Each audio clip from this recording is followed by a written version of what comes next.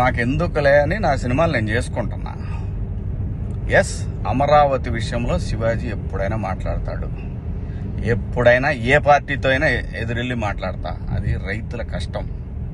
ఆ కష్టాన్ని మీరు మీ ఇష్టం వచ్చినట్టు ఎవరికాళ్ళు వాడేసుకుందామంటే చూస్తా ఊరుకోం.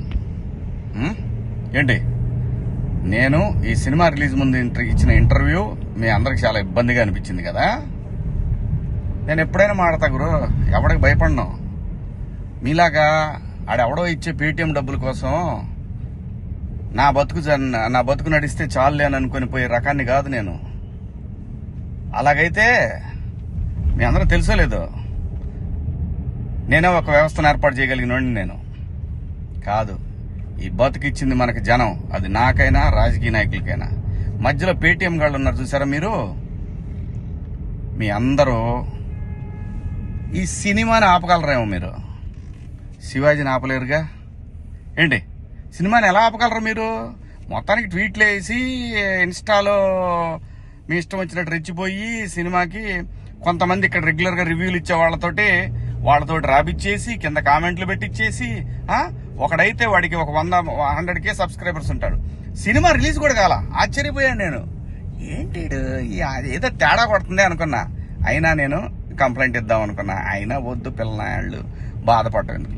కానీ రే, పేటీఎం బ్యాచ్ నన్ను తగులుకుందాం అనుకుంటే మీ ఓడికే ప్రమాదం. గుర్తుపెట్టుకోండి, నేను జనం కోసం బతికే మనిషిని, జనం డబ్బుల కోసం బతికే మనిషిని కాదు. వద్దు గురు, నా జోలి వద్దు. జగన్ గారు, నేను మళ్ళీ చెప్తున్నా, నాకు రాజకీయాలు వద్దు.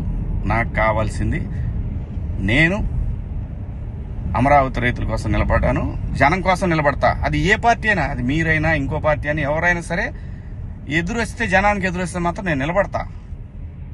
కానీ నేను మాట్లాడుకుందా ఇంక నుంచి. నేను డైరెక్ట్గా అడుగుతా పిఎం గారినే, ఈ దేశంలో సిబిఐ మీద నమ్మకం ఉండాలంటే, సిబిఐ మీద నమ్మకం కుదరాలంటే ఫస్ట్ కేసులను రాజకీయ నాయకులందరినీ కూడా పక్కన పెట్టి, రాజకీయాల నుంచి పక్కన పెట్టి, వాళ్ళు మంచోళ్ళ చెడ్డోళ్ళ అని తేలిన తర్వాత వాళ్ళని పాలిటిక్స్ లో ఉండే విధంగా చేయగలిగితే బాగుంటుందని పిఎం గారిని కూడా అడుగుదాం అనుకున్నా. ఇక నుంచి మేము రోజు అడుగుతా, ఇక నుంచి మీకు రోజు నా జోలు రావద్దు. నేను నా బతుకు నేను బతుకుతున్నా, నిజాయితీగా బతుకుతున్నా. ఏ రాజకీయ పార్టీ దగ్గర పోయి చేయి జాపలా. మీరంటే భయపడతామా? ఏం చేస్తారు అబ్బాయి? మీ గవర్నమెంట్ ఉన్నప్పుడే ఏం చేయలేకపోయారు, నన్ను ఎందుకు చేయలేకపోయారు తెలుసా? పైన నేచర్ ఒకటి ఉంది అబ్బాయి, రప్ప ఇవన్నీ బాగుంటాయి వీడియోల్లోనూ వాటిలో చూసుకోవటానికిను ఎగేసుకొని మనం భుజాన రేపేదో జరుగుద్దని ఊహించుకుంటే. మనందరికంటే ప్రకృతి గొప్పదిరా అబ్బాయి, గుర్తుపెట్టుకోండి. అయినా వ్యవస్థ గురించి ఆలోచించాలి కానీ, ఎవడో ఒకటి డబ్బు సంపాదించుకుందాం జనం మీదని వాడి కోసం వాడిచ్చే 1000 రూపాయలు, 4000, 10,000, 20,000, 1,00,000, 2 లక్షల రూపాయల కోసం ఎంతమంది భావితరాల భవిష్యత్తు ఆడుకుంటారా మీరంతా? బుద్ధి ఉందంటారా మీకేమన్నా? మనందరం ఏమి లేకుండా ఇంత దూరం వచ్చాం కదా.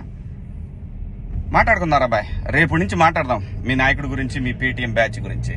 ఇంకా ఉన్నారు తీస్తా. ఇప్పుడు దాకా సైలెంట్గా ఉన్నా నేను. మీరు నా బతుకు దాకా వచ్చారు చూసారా, ఒక్కొక్కటి చూద్దాం, మాట్లాడుకున్నారా బాయ్.